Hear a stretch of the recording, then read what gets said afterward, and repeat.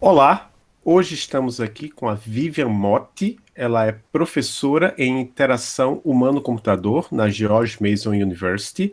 Quem vai entrevistá-la comigo é a professora Maria Cláudia Emer, co-host do Emílias Podcast e coordenadora do projeto Emílias Armação em Bits. Tudo bem, Maria Cláudia? Tudo bem, Adolfo? Seja bem-vinda ao Emílias Podcast, Vivian. Tudo bem? Obrigada, tudo bem, tudo certo, e vocês? Tudo jóia. Primeira pergunta que a gente sempre faz aqui, já sabendo que você, não sei se você é a primeira pessoa, mas talvez seja uma das primeiras mulheres aqui que fez a graduação em informática biomédica. Então, a minha curiosidade é saber como é que você se interessou pela área da computação e decidiu fazer informática biomédica. Uhum. Eu acho que a inspiração principal foi meu pai. Ele sempre incentivou a gente a fazer aulas de informática, né? Então, os primeiros cursos que eu tive, eu tinha 7 anos aprendendo Windows 3.1, DOS. Eu tive logo na escola antes, há muito tempo. Aí ele incentivou a gente a fazer curso técnico, né? Então, durante o colégio, eu fiz colégio técnico em informática. E depois eu me interessei, quis dar continuidade nessa área, né, de computação. Eu fiz estágio na área de desenvolvimento web, e eu quis dar continuidade, mas eu estava em dúvida entre prestar psicologia e prestar ciência da computação. E por sorte eles criaram esse curso, né, a primeira turma de informática biomédica em 2003. E eu achei bem interessante porque o curso dava essa possibilidade de você aplicar, né, de você usar a computação e a informática como uma ferramenta para resolver problemas do mundo real, assim, na área de saúde. Então, essa foi a minha trajetória, assim, acho que o que me motivou principalmente foi poder aplicar a área de computação, criar soluções que possam ajudar as pessoas e que possam ser utilizadas na prática, né, em problemas reais. Certo. E com relação, então, à sua formação nessa área, né? Como foi? O curso de informática biomédica, ele é multidisciplinar, então 60% dos nossos cursos eram na área de computação, como banco de dados, algoritmo, estrutura de dados, desenvolvimento web, banco de dados, e 40% do curso era aplicado para a área de saúde. Então a gente teve anatomia, biologia, epidemiologia, bioinformática, processamento de imagens. E eu gostei bastante dessa questão interdisciplinar, né? Acho que por curiosidade de aprender sobre outras disciplinas e de conseguir entender na prática como que a gente pode usar esses algoritmos, por exemplo, para auxiliar no diagnóstico de uma doença, para conseguir analisar material genético e, enfim. Aí no último ano de informática biomédica eu tive uma matéria optativa, né, que foi o curso de interação humano-computador, e eu me apaixonei pela área, assim, né, eu achei que essa disciplina especificamente, ela dá essa possibilidade de você entender o humano, de você criar tecnologia, de você ter certeza que a interface que você está criando, ela se adapta às necessidades do usuário, né, ela está de acordo com aquilo que a pessoa precisa, e também com aplicações, assim, para questões sociais, para questões na área de saúde, questões na área de educação. Então eu gostei bastante. Assim, fatores humanos em computação foi realmente uma das áreas que mais me interessou durante o curso, e aí depois eu decidi dar prosseguimento, né, fazendo o mestrado e o doutorado na área de HC mesmo. E onde é que foi que você fez o mestrado e o doutorado? E como é que foi essa decisão de, assim, né, a pergunta é onde você fez e se você decidiu já na graduação, não, vou seguir uma carreira acadêmica, vou ser professora. Uhum. Eu fiz o mestrado no ICMC, na USP de São Carlos, né, que eu fiz a graduação em Ribeirão Preto, né, então as duas cidades são próximas, mesmo, a mesma universidade, só 2 campos diferentes. E depois eu saí, eu fiz o doutorado na Bélgica, na Universidade Católica de Louvain, em 2013, também nessa área de HC. Seguir na área acadêmica, eu não posso dizer que estava exatamente nos meus planos. Eu acho que na USP a gente sempre tem uma exposição muito grande à pesquisa, né, à área de científica. Os nossos professores são pesquisadores, assim. E na minha família também, eu tenho uma tia que é professora em universidade, então isso eu acho que ajudou a gente a entender um pouco melhor como é que funciona, né, quais são as atividades no trabalho. E eu acho que uma das coisas que me motivou também a fazer pesquisa foi a curiosidade, né, você conseguir estar sempre se desafiando, descobrir coisas novas, você conseguir criar soluções que não existem, você fazer as coisas de maneira sistemática, né, de maneira bem organizada, assim. E então isso eu acho que foi uma das coisas que me motivou a fazer pesquisa. E a saída, né, fazer o estágio fora, fazer o doutorado fora, acho que vem também de tentar expandir um pouco esses horizontes, esses universos, né, conhecer outras pessoas, conhecer outras culturas, aprender línguas novas, né, então acho que é bem, assim, motivado por sair da minha zona de conforto e tentar aprender cada vez mais, tentar conhecer pessoas novas e poder trabalhar na área que eu gosto, que é ADC mesmo. É interessante, eu estava vendo aqui seu curricular, essa sua orientadora foi a Alessandra Alanis Macedo. Uhum. Primeira observação, que você já teve uma orientadora mulher, né, na graduação, também foi uma mulher no mestrado, e a segunda observação é que ela foi minha supervisora num projeto. Quando eu terminei o doutorado, eu fiquei lá com ela, eu tinha uma bolsa, dessas bolsas técnicas da FAPESP, e ela era a supervisora do projeto. Agora é a pergunta da professora Maria Cláudia. Então, você já contou um pouquinho para a gente, né, a respeito das suas escolhas, né, e a gente quer saber, então, como é seu dia a dia hoje, né, você escolheu a área acadêmica, e como que você passa os seus dias, né, antes e agora, durante a pandemia? Uhum. Eu acho que uma das características principais, né, da área acadêmica e da área de pesquisa é que a gente nunca está entediado, né? Cada dia é um dia novo, a gente está envolvido com tarefas múltiplas. Então, meu dia a dia, assim, com a pandemia, as nossas reuniões são virtuais, então eu faço orientação de aluno por videoconferência, eu tenho reunião com os meus colegas também por videoconferência, e desde que começou a pandemia eu passei a dar aulas online também, né? Então, preparar o material, distribuir para os alunos, aplicar prova, projeto, tudo isso é feito pela plataforma que a gente usa aqui na universidade, né, Blackboard. Então eu diria que o dia não tem uma rotina muito bem definida, né, é meio que equilibrar entre pesquisa, ensino e extensão, né, que é uma parte administrativa também que a gente está envolvido.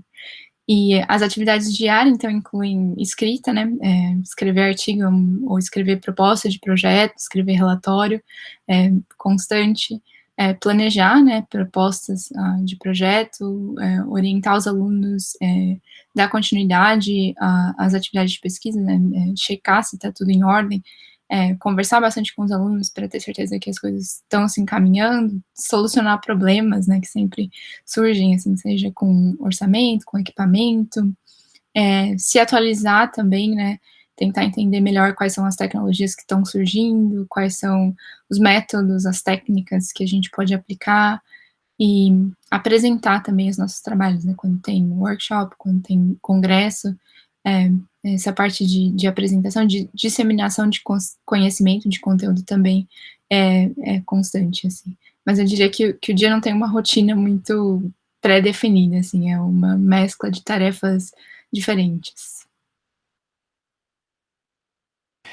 E você já enfrentou ou percebeu dificuldades, seja durante a sua educação, né, graduação, mestrado, doutorado, ou agora trabalhando, né, depois que você terminou o doutorado, por ser mulher? Uhum. É uma excelente pergunta. Eu acho que tem uma diferença, assim, no tratamento, eu acho que tem alguns vieses. O nosso nível de consciência vai aumentando com o passar do tempo, né, quanto mais a gente entende os problemas que acontecem.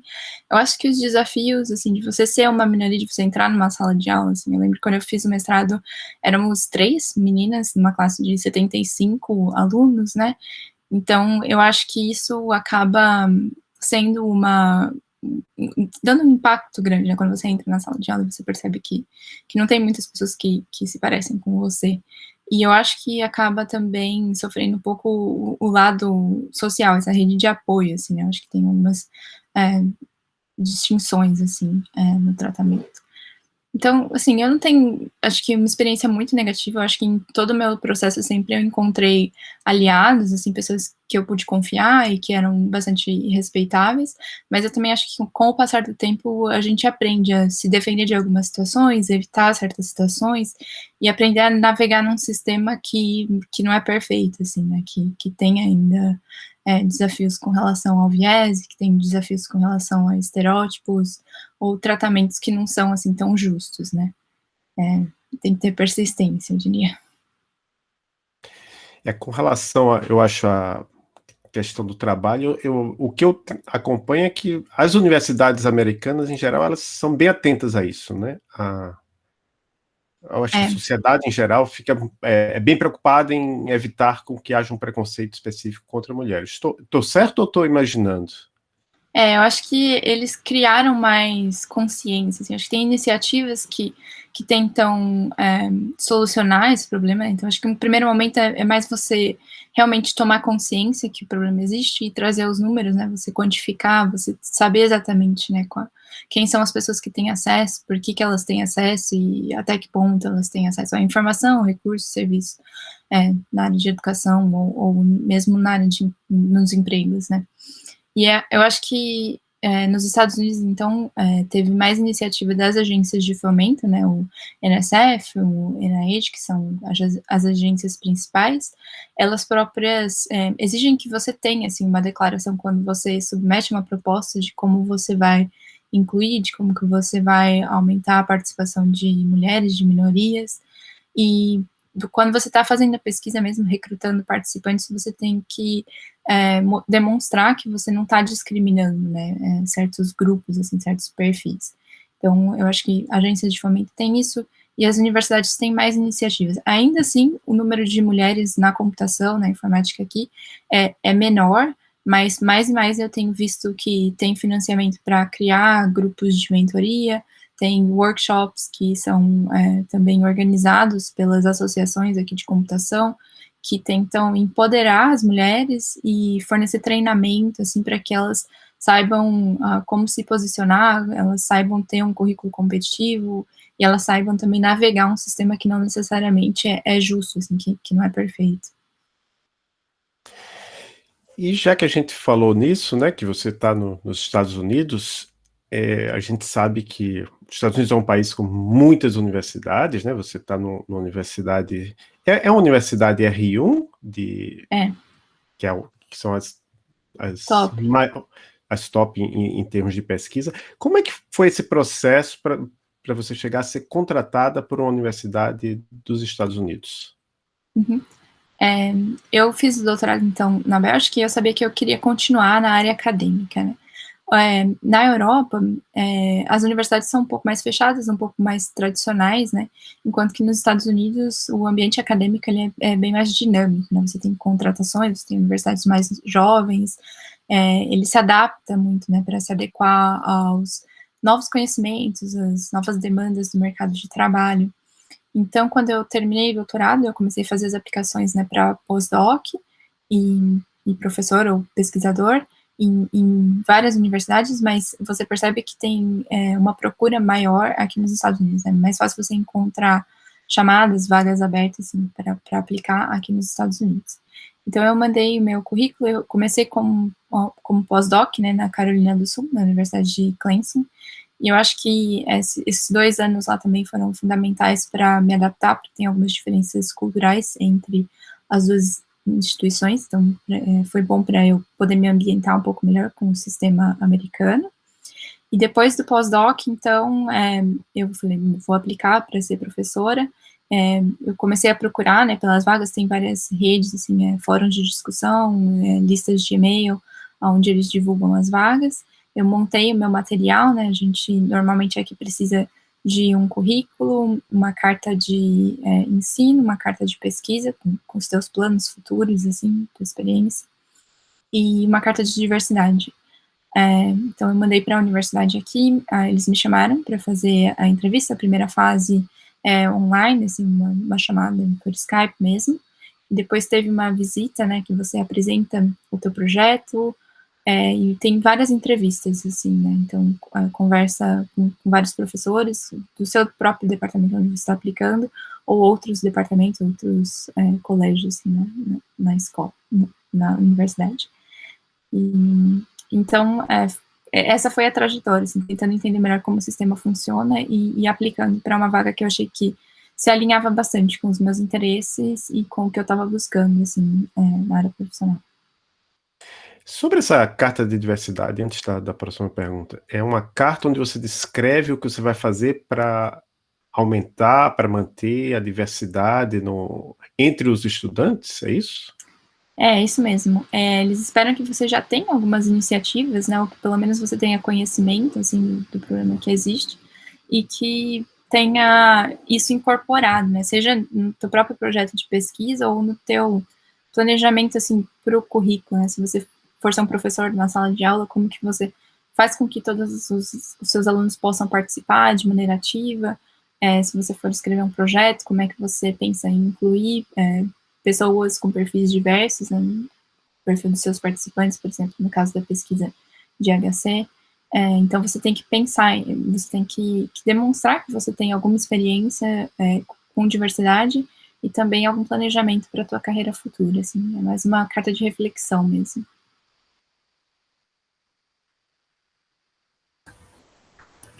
Ok.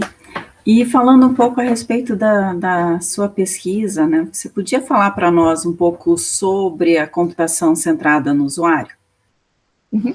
A computação centrada no usuário, ela visa, né, criar interfaces e soluções interativas que se adequem, né, às necessidades, aos perfis dos usuários, dos humanos. Então, ela leva em consideração a experiência anterior, ela leva em consideração eventuais deficiências, preferências.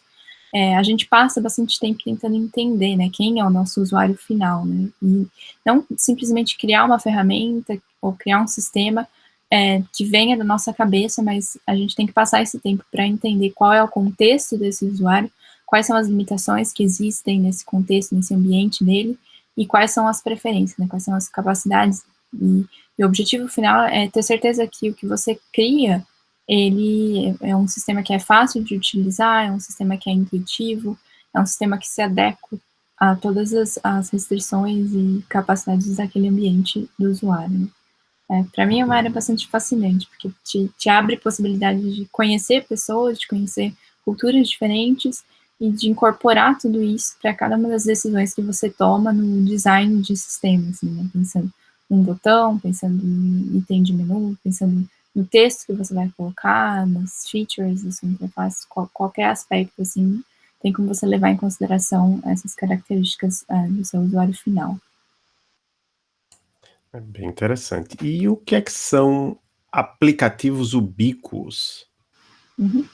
Aplicativos ubíquos são esses que estão embutidos no ambiente do usuário, né? Eles são, idealmente, eles são transparentes, né? Você não percebe que você está interagindo com ele, você tem sensores que vão reconhecer quando o usuário chega, onde o usuário chega, ele vai tentar reconhecer a intenção daquele usuário antes mesmo de você ter que fornecer um comando, de você ter que fazer um pedido, né? Então, por exemplo, a gente pode pensar em casas inteligentes que tenham sensores de reconhecimento de presença e que acendem a luz quando o usuário chega, ou portas, né, que vão se abrir em prédios também que reconhecem quando o usuário está chegando, ele já vai se adaptar aqui.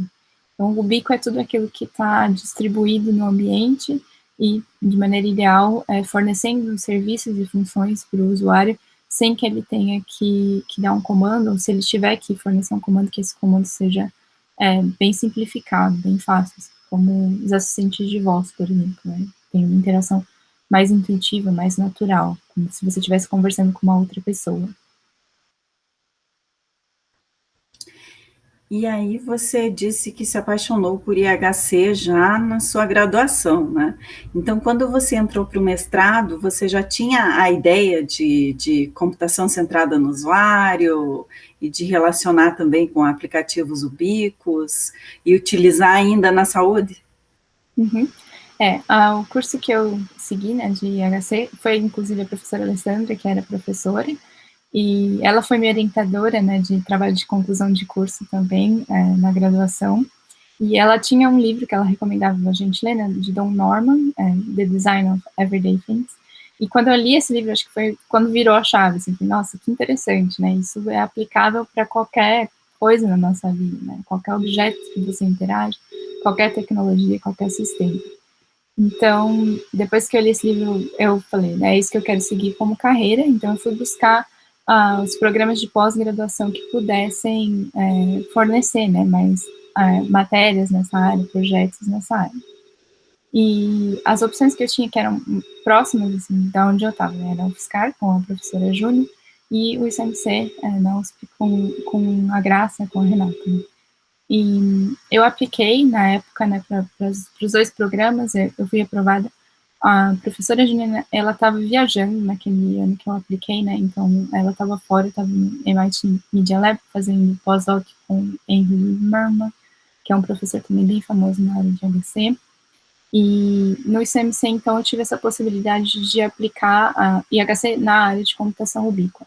E a professora Graça tinha projetos, então, com salas de aula instrumentadas, que também vinham de um projeto aqui da Georgia Tech, dos Estados Unidos, com o professor Gregory Abbott, que é Classroom 2000, e a ideia desse projeto grande, né, que foi onde nós fizeram o pós-doc, era realmente você ter salas de aula instrumentadas, onde as câmeras iam reconhecer o que os alunos estavam fazendo, você ia conseguir capturar o conteúdo das aulas, e depois os alunos iam conseguir recuperar aquele conteúdo, então facilitar o processo de ensino-aprendizagem com materiais interativos, com materiais multimídias. E antes, né, de eu fazer o mestrado, eu não tinha muito conhecimento do que era a computação ubíqua, né, mas aí a partir eu tive cursos específicos de computação ubíqua durante o meu mestrado, e o meu projeto também foi utilizando ambientes instrumentados para ensino durante o mestrado.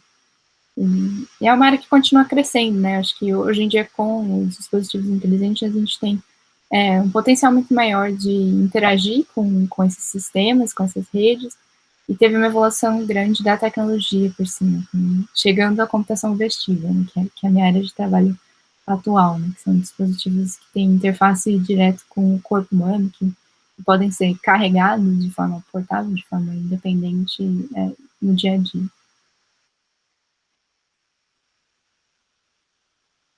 Eu só, para quem não é da região, né, ali, Ribeirão Preto e São Carlos é relativamente perto, né, uns 100 quilômetros, e o interessante é que nessa conversa rápida você falou o nome de 3 mulheres que talvez a gente devesse entrevistar um dia, né, professora Alessandra Lanis, professora Júnia Anacleto, Júnia Coutinho Anacleto e professora Maria da Graça Campos Pimentel.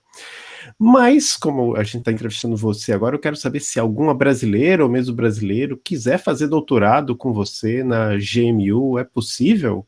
Tem bolsa? Em que temas você normalmente aceita os alunos e alunas? Sim, com certeza. Seria um prazer orientar alunos brasileiros aqui, né? É uma minoria, é uma realidade. A maioria dos nossos alunos, eles são chineses e indianos, assim, tem uma população estrangeira grande, assim, eu estou perto de Washington, D.C., da capital, e a universidade acho que tem mais de 140 nacionalidades entre os alunos, assim, então é bastante diverso, mas não tem muitos brasileiros, assim, nos programas. E para aplicar, então, no site da universidade tem algumas chamadas para bolsas específicas. Alguns alunos brasileiros que vieram, eles vieram com um programa de sanduíche, eles já estavam fazendo doutorado, por exemplo. Eu tenho colegas que receberam alunos do ITA ou que receberam alunos de pós-doc, que vieram com bolsa própria também da FAPESP ou do CNPq.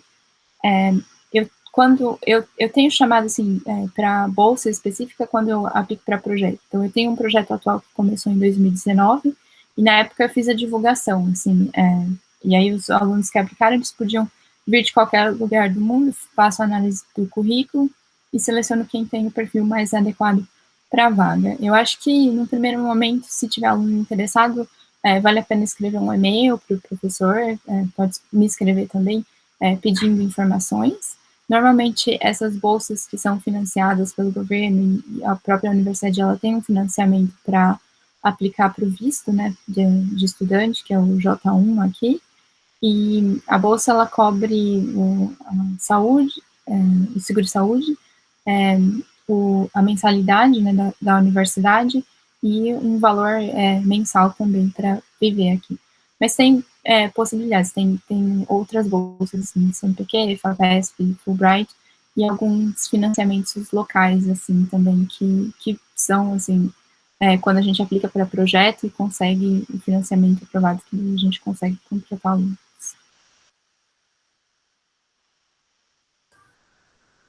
Bom você dar essas indicações também, né, para os nossos ouvintes e ouvintes aqui. Bem, você participa de algum grupo de apoio para mulheres na computação? Ou já participou? Uhum. Boa pergunta. Aqui, então, a gente tem iniciativas, né, específicas. Um dos grupos principais que eu participo se chama Lattes, e é um círculo de mentorias que foi criado especificamente para apoiar mulheres na área de computação que queriam seguir na área acadêmica, né? Então, esse é um projeto de algumas professoras da Universidade de Washington, e elas aplicaram para uma proposta do NSF que visa avançar a carreira acadêmica para mulheres que estejam na área de engenharia e de computação.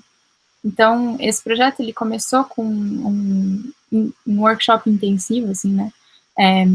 Nós se reunimos em Seattle, tem uma ilha que chama Bainbridge, perto, todo mundo foi para lá. A gente passou um final de semana, assim, recebendo treinamento, assim, palestras para entender melhor, né, quais são os problemas, quais são as dificuldades, os desafios, e também para fornecer ferramentas, assim, né, como você melhora a tua aplicação, como você se prepara, e depois dessa reunião presencial que a gente teve, foram divididas em grupos, assim, né, de 4, 5 pessoas, que são todas mulheres que têm interesse, né, de começar na área acadêmica ou de continuar na área acadêmica, de pesquisa ou de ensino. E então a gente tem reuniões a cada 2 semanas, assim, de 1, 2 horas, e a gente conversa, assim, nesse círculo de mentoria para discutir alguns dos problemas que a gente enfrenta e também para propor soluções, assim, para tentar se ajudar. Então, é um grupo intencional, realmente, para já sabendo que a gente vai enfrentar desafios e sabendo que não é um universo ideal, assim, que nem tudo é perfeito, que a gente vai precisar de apoio e vai precisar dessa rede de contato, dessa rede de apoio. Então, o Lattes é o grupo principal que eu participo hoje, mas tem outras iniciativas do CRA, por exemplo, que é a Associação de Pesquisa em Computação aqui, e eles fornecem alguns workshops aqui em Washington, D.C., então também, às vezes, é um final de semana, né, que você tem algumas discussões com profissionais mais sênior na sua área, que já passaram por esses desafios, tem alguns grupos de discussão também, né, tem algumas atividades de role-playing, por exemplo, se você quiser discutir o seu salário, se você quiser aplicar para uma vaga, você ganha essa experiência, assim, né, e essa troca de informação é muito válida. Aí, fora isso, acho que tem alguns sites que eu checo e outros eventos, assim, por exemplo, a Grace Hopper Celebration, que é um congresso que ocorre todo ano também, eu já participei algumas vezes. Então, esses recursos são super importantes e eles te ajudam ao decorrer da carreira científica, assim. E Vivian, alguma mulher te inspirou em sua carreira? Uhum. Eu acho que a Júnia foi uma das primeiras pessoas que eu me inspirei, assim, para trabalhar na área de HC. É uma história até um pouco triste, né, porque a gente não conseguiu trabalhar junto, na época ela estava viajando, e a Júnia faleceu, na verdade, ano passado, né, então, ela com certeza foi uma das pessoas que mais me inspirou. Eu consegui conversar sobre o meu trabalho com ela depois em congressos ou por e-mail, mas infelizmente ela veio a falecer, ela teve um problema de saúde e ela não conseguiu dar continuidade aos projetos. A Graça e a Alessandra também foram pessoas que me inspiraram muito, assim, que sempre trabalharam na área de AVC, na área de computação ubíqua, com aplicações que ajudam, assim, na área de saúde, na área de educação, que tem um fundo social, assim, que tem questões de acessibilidade. A Renata também, Pontin, que é outra professora do ICMC também, sempre forneceu bastante apoio, sempre ajudou a gente nos nossos trabalhos, nos nossos projetos. E aqui dos Estados Unidos, eu acho que as professoras que me inspiram mais, assim, incluem uma pesquisadora da Microsoft, Mary Cherkins. Ela trabalha com Affective Computing, computação afetiva, e Mary Morris, que está agora na Google, também trabalha com acessibilidade e inteligência artificial. Tem uma professora na Universidade de Califórnia, Irvine, Gillian Hayes, que trabalha também com inclusão e com acessibilidade, né, dispositivos ubíquos, móveis, para crianças com autismo, com déficit de atenção. E também na Universidade de Washington, a professora Julie Quince e Jennifer Mankoff são professoras que me inspiram, assim, que o trabalho delas eu acho que avança bastante na área, é bastante interdisciplinar, então eu tenho seguido, né, os passos da carreira delas e eu espero poder chegar aonde elas estão hoje em algum dia no futuro.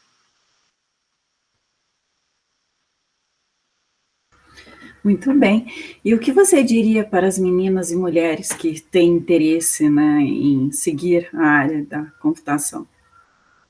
Eu diria que uma das coisas principais é você ser persistente, né, que tem vários desafios que vão surgir, não é uma carreira fácil, você tem que se manter atualizado, o conteúdo evolui de maneira muito dinâmica, né, tem novas tecnologias que são criadas todos os dias, então você tem que ter uma curiosidade, você tem que ter uma certa persistência também, então quando você enfrentar um problema, você não desistir logo de cara, mas tentar pedir ajuda, procurar ajuda, né, ter essa vulnerabilidade, ter essa cabeça aberta de que nem tudo é fácil no primeiro momento, mas que com persistência, com insistência, você consegue superar esses obstáculos, né.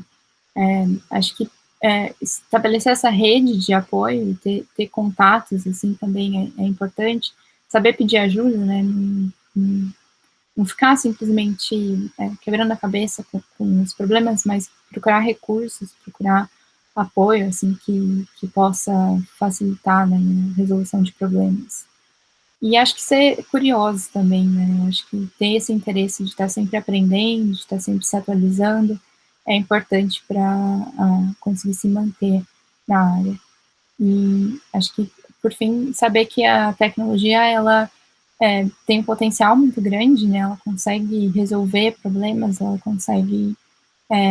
tem possibilidades infinitas, né, de aplicação, e isso para mim é fascinante. Então, se você tiver uma outra área de interesse, você saiba que você vai conseguir aplicar, né, a área de tecnologia, a área de computação, para resolver esses outros problemas em outras áreas também. Então, nós chegamos agora ao momento indicações, onde a gente pede à nossa convidada que indique alguma coisa, pode ser técnica ou não técnica, você decide, pode ser livro, filme, série, podcast, quadrinho, que você quer indicar para as nossas e nossos ouvintes. Uhum. Um livro que eu li mais recentemente chama Weapons of Math Destruction, da Cathy O'Neil. Eu não sei a tradução em português, mas é um livro que fala sobre as implicações da tecnologia na área de saúde, né? Os modelos que são criados de inteligência artificial e como o viés, né, dos datasets, eles acabam influenciando, né, o sistema de recomendação, eles acabam influenciando escolhas de financiamento, né, no sistema bancário, recomendação de universidade, de escola, carreira, né, e eu acho que esse problema, hoje em dia, ele é muito aparente, se a gente pensar em mídias sociais, se a gente pensar em propaganda que a gente recebe, né, por redes sociais, eu acho que é extremamente importante levar em consideração, né, para quem está seguindo carreira na área de computação, a gente nunca pode criar um algoritmo, criar um modelo sem se questionar, né, quais são as consequências que essas tecnologias vão ter no mundo real. E esse livro, ele discute bastante, ele mostra vários exemplos de como a tecnologia tem impacto no dia a dia. E tem um filme também, né, Coded Bias, que também foca nesse mesmo assunto, né, de como as tecnologias, elas acabam tendo consequências, né? Elas podem acabar discriminando certos usuários, né? Se você não levar em consideração a diversidade da população antes de você criar os seus aplicativos, antes de você criar os seus algoritmos. Então, um exemplo que é bastante relevante, né, no Coded Bias é a questão do reconhecimento facial. Né? Se você tiver uma base de dados que só tenha pessoas brancas, que só tenha homens, só tenha pessoas jovens, você não vai conseguir fazer com que esse algoritmo de reconhecimento sirva para pessoas que não estejam dentro desse perfil, né? Então, acho que esse livro e esse filme são bastante relevantes, né, bastante atuais, e são questões, assim, filosóficas, mas que têm uma implicação para a área de tecnologia e que devem ser levadas em consideração, assim, antes da gente criar, ou principalmente antes da gente disponibilizar, né, instalar qualquer algoritmo, qualquer programa, a gente tem que levar em consideração que isso pode ter uma implicação para os usuários finais, né? Isso pode servir para coisas boas, mas podem ter impactos ruins também, e a gente precisa ficar atento e tentar evitar esses problemas. Eu ia falar que esse tema, né, da questão da privacidade, dos dados, né, tem se tornado cada vez mais popular, né, e alguém até já indicou esse livro aqui, eu acho, mas eu acho que na época ainda não existia, mas agora existe a tradução em português, Algoritmos de Destruição em Massa, foi traduzido para o português. Então, Maria Cláudia? Sim. Vivian, existe algo que você ainda queira falar, que não tenha sido abordado por nós nessas perguntas? Eu gostaria de agradecer pela iniciativa, né? Eu acho que é super importante ter esse espaço para conversar mais sobre isso, para compartilhar experiências, para compartilhar conhecimentos. Eu acho que é super válido, super importante, e espero que tenha um impacto, né, na carreira de meninas, de meninos também, né, de todas as pessoas que tenham interesse em participar da área de tecnologia, né? Eu acho que é uma questão que exige, né, exige esforço de cada um, né, de cada pessoa envolvida na área, né. Então, gostaria de agradecer esse espaço e parabéns pela iniciativa. Obrigado. Eu vou deixar lá na descrição do episódio a sua página no LinkedIn, o seu site lá na GMU, acho que de lá tem links para Twitter e outras coisas mais, né? Existe mais algum outro lugar que você queira deixar para as pessoas, caso queiram entrar em contato, ou isso é o suficiente? Eu acho que o site tem realmente informação de contato, né, bibliomote.org, e tem a conta do Twitter, a conta do Instagram, tem, acho que meu e-mail está disponível lá também. E aí, se alguém tiver interesse, então, fazer um doutorado fora, ou se tiver qualquer pergunta, né, sobre a experiência de carreira internacional, fique à vontade para mandar um e-mail, entrar em contato.